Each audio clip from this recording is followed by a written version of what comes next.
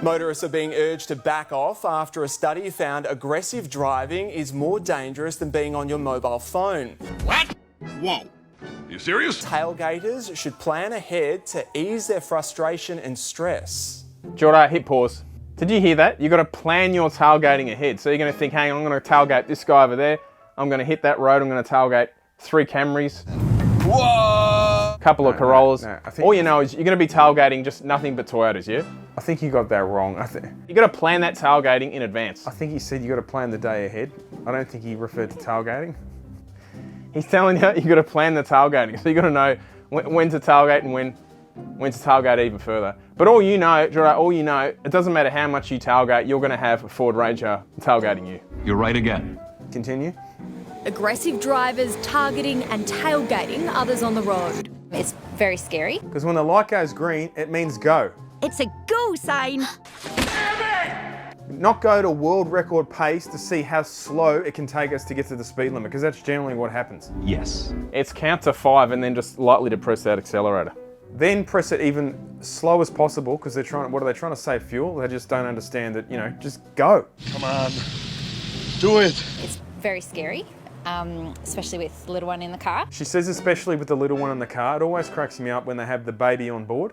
And I see it, you know what I think when I see baby on board? It's a good thing they had that sticker there, because I was planning on just ramming that car off the road and just causing chaos to this person. But now that I've seen baby on board, I go, look, calm down, just calm down. I'm not controlling myself right now. And I'll sit behind them and we'll do 30 under the speed limit, and it's all rosy. Every comment on that video was just keep left, keep left, keep left. Move out of the right lane. The Monash University Accident Research Centre finding tailgating and speeding drivers are 14 times more likely to cause a crash. That's higher than using your mobile phone. What? Look, the Monash University Accident Research Centre. Here we go. If there isn't a massive use of taxpayer funded money just going in nowhere, that just sums it up. These videos never tell you, for example, the tailgating, why are people being tailgated? That's the first question. I'd like an answer to the question. Are 14 times more likely to cause a crash. Jordan, hit pause, hit pause, hit pause. 14 more times, Luke. 14 more times. Massive. 14 more times than what? You want answers? Just don't get stuck into the details. It's 14 more times. The numbers just don't add up. Let me explain. It could be 1,000 more times than what? Then 0.00001. But at a certain point, I'm just really getting pissed. Excuse me. It's one of those great statistics. 14 more times likely than. They never mention the base statistic. What the base is. Is it 14? Like when you go out, are you like 10% chance of being in an accident, or is it? It's kind of like 50%. saying if you've had 6 boosters, there's more chance, yeah, that you're gonna get it. Get what?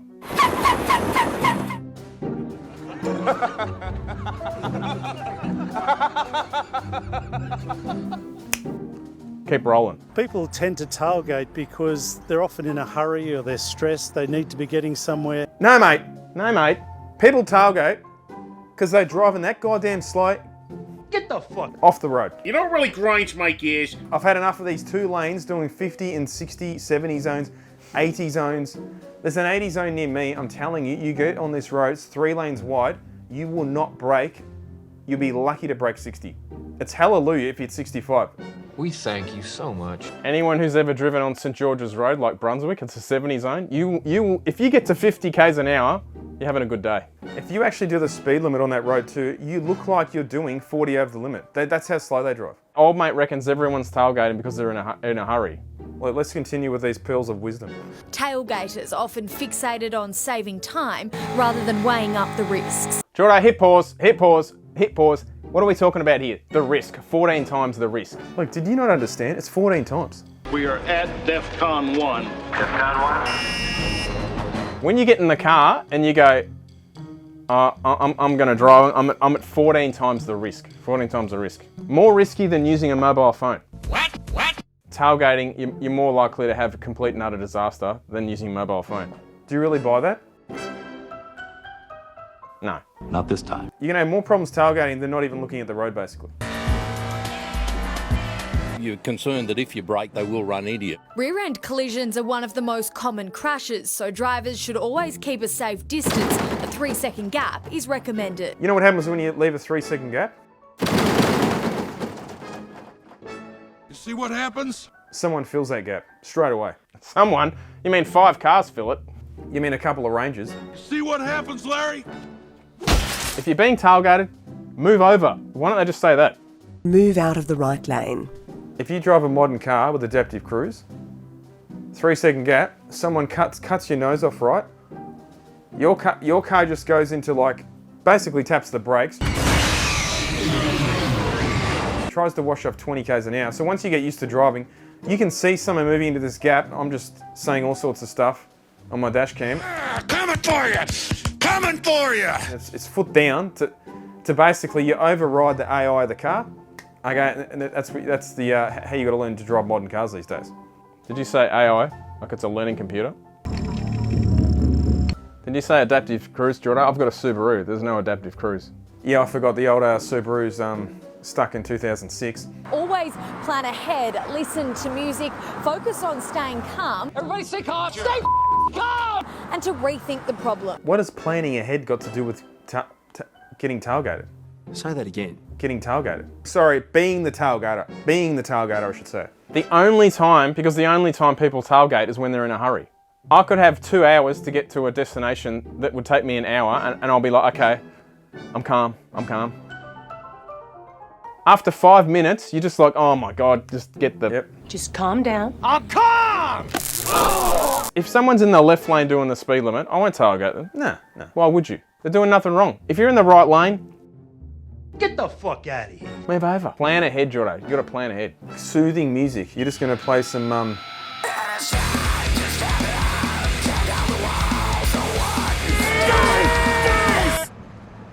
I was going to say, she does make a good point there, because if you're listening to, say, something like Parkway Drive versus, I don't know, a Joe Rogan podcast, if you put on a podcast, I do agree with it, you do tend to drive a bit less aggressive because you're not so consumed with the Camry in front of you. If you've got the right music on, the toxic masculinity takes over. Look out. Jordan, next he'll be saying, get on public transport. Hop back on public transport if that's going to be less stressful for you as well. Hang on. Hit pause. Whoa. Plan ahead and just get a train. Get a train to nowhere. Hop on public transport. No worries. I'll get out of my car that might have taken me 40 minutes. I'll get on public transport. I'll be like, see you next year, mate. 4 hours of cancelled trains and nothing turning up. Public transport in Melbourne, Victoria. Oh my God. You wonder why there's so many cars on the road.